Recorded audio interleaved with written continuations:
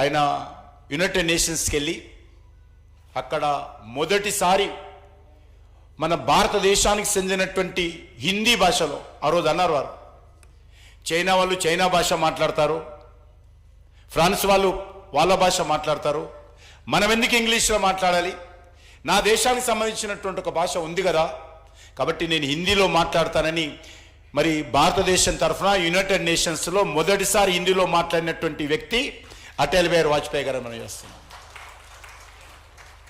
అంతేకాదు ఆయన ఎంత భారతమాత ముద్దుబిడ్డ అంటే పివి నరసింహారావు గారు ప్రధానమంత్రిగా ఉన్నప్పుడు ఒక ప్రపంచ సదస్సు జరుగుతున్నప్పుడు భారతదేశం తరఫున భారత ప్రతినిధి బృందానికి నాయకత్వం వహించాలని చెప్పి పివి నరసింహారావు గారు వాజ్పేయి గారిని కోరారు. ఎవరు కూడా ఈరోజు చూస్తున్నాం, ఈ దేశంలో ఉన్నటువంటి కొంతమంది నాయకులు, ప్రతిపక్ష నాయకులు విదేశాల గడ్డ మీదకి వెళ్ళి విదేశాలలో మన దేశానికి వ్యతిరేకంగా, మన దేశం యొక్క ఆర్మీకి వ్యతిరేకంగా, మన దేశం యొక్క న్యాయస్థానానికి వ్యతిరేకంగా, సెక్యూరిటీ సిబ్బందికి వ్యతిరేకంగా, లేక ఎలక్షన్ కమిషన్ వ్యతిరేకంగా అనేక రకాలుగా ఇతర దేశాల వేదికల మీద మాట్లాడొస్తున్నారు. అప్పుడు పివి నరసింహారావు గారు వాజ్పేయి గారిని, ఈ దేశానికి నువ్వు నాయకత్వం వహించాలి, ప్రభుత్వం నాదైనప్పటికీ కాంగ్రెస్ పార్టీ ప్రభుత్వము యూపీఏ ప్రభుత్వం అయినప్పటికీ కూడా, నువ్వు ఎన్డీఏ నాయకుడుగా ఉన్నప్పటికీ కూడా మీరు నేతృత్వం వహించాలంటే ఆ రోజు ఎందుకు ఆ రకమైనటువంటి విశ్వాసం, వాజ్పేయి గారి నేతృత్వం అన్నా, వాజ్పేయి గారి యొక్క మనస్తత్వం అన్నా, వాజ్పేయి గారి యొక్క ఆలోచన విధానం అన్నా కూడా ఆయన దేశం గురించే మాట్లాడతాడు తప్ప పార్టీల గురించి ఇతర దేశాల మీద మాట్లాడిన నమ్మకంతో ఆ రోజు కాంగ్రెస్ పార్టీ ప్రభుత్వం ఉన్నప్పటికీ కాంగ్రెస్ పార్టీ ప్రభుత్వానికి సంబంధించినటువంటి దేశానికి వెళ్ళేటువంటి డెలిగేట్కు నేతృత్వం వహించినటువంటి విషయాన్ని ఈ సందర్భంగా నేను మనవి చేస్తా ఉన్నాను.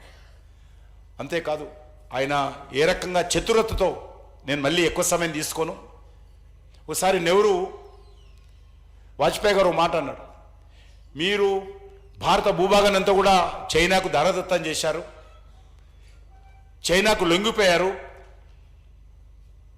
అనేక రకాలుగా ఆ రోజు చర్చ జరుగుతున్నప్పుడు నెహ్రూ లేచి మాట్లాడాడు, ఏం మాట్లాడుతున్నారు మీరు, పోతేపాయ చైనా తీసుకుంటే ఏమైంది, ఆ భూఘాట మీద గడ్డి కూడా మొలదు, ఏమవుతుందన్నాడు. అప్పుడు వాజ్పేయి గారు లేచి, నీ నెత్తి మీద కూడా ఒక ఎంట్రిక లేదు కదా, నీ నెత్తిని తీసేద్దామన్నాడు. ఆ రకంగా అంత చతురతతో, అంత జోకు, మళ్ళీ ఎవరు కూడా వ్యతిరేకించడానికి లేదు, కానీ ఒక మాటకు ఏ రకంగా సమయస్ఫూర్తితో మాట్లాడే వ్యక్తి. కాబట్టి చాలా అద్భుతమైనటువంటి ఈరోజు మనము అవకాశం వచ్చింది మనందరికీ. ఈరోజు తప్పకుండా ఈ సంవత్సరం పాటు ప్రతి గ్రామాన, ప్రతి మండలంలో, ప్రతి జిల్లాలో కూడా వాజ్పేయి గారి జీవితంలో ఆయన చూపించినటువంటి, ఆయన అవలంబించినటువంటి విధానాన్ని తీసుకెళ్లాల్సిన అవసరం ఉంది. మనకు తెలిసి ఈరోజు మనం చూస్తూ ఉన్నాం, సెల్ఫ్ హెల్ప్ గ్రూప్స్ ఏవైతే ఉన్నాయో వారి హయాంలోనే చాలా ప్రాధాన్యత వచ్చింది. ఈరోజు కొన్ని కోట్ల మహిళలు, ఈ దేశంలో ఉన్నటువంటి ఆడబిడ్డలు సెల్ఫ్ హెల్ప్ గ్రూప్స్లో, గ్రామీణ ప్రాంతాల్లో దారిద్ర్య రేఖకు దిగువన ఉన్నటువంటి పేద మహిళలు ఈరోజు ఉపాధి పొందుతూ ఉన్నారు. అంతేకాదు ఏవైతే ఒక గ్రామంలో, ఒక గ్రామానికి కనీసం రోడ్డు లేకుండా ఉన్నటువంటి గ్రామాలు కొన్ని ఆ రోజు లక్షలు ఉండేటివి.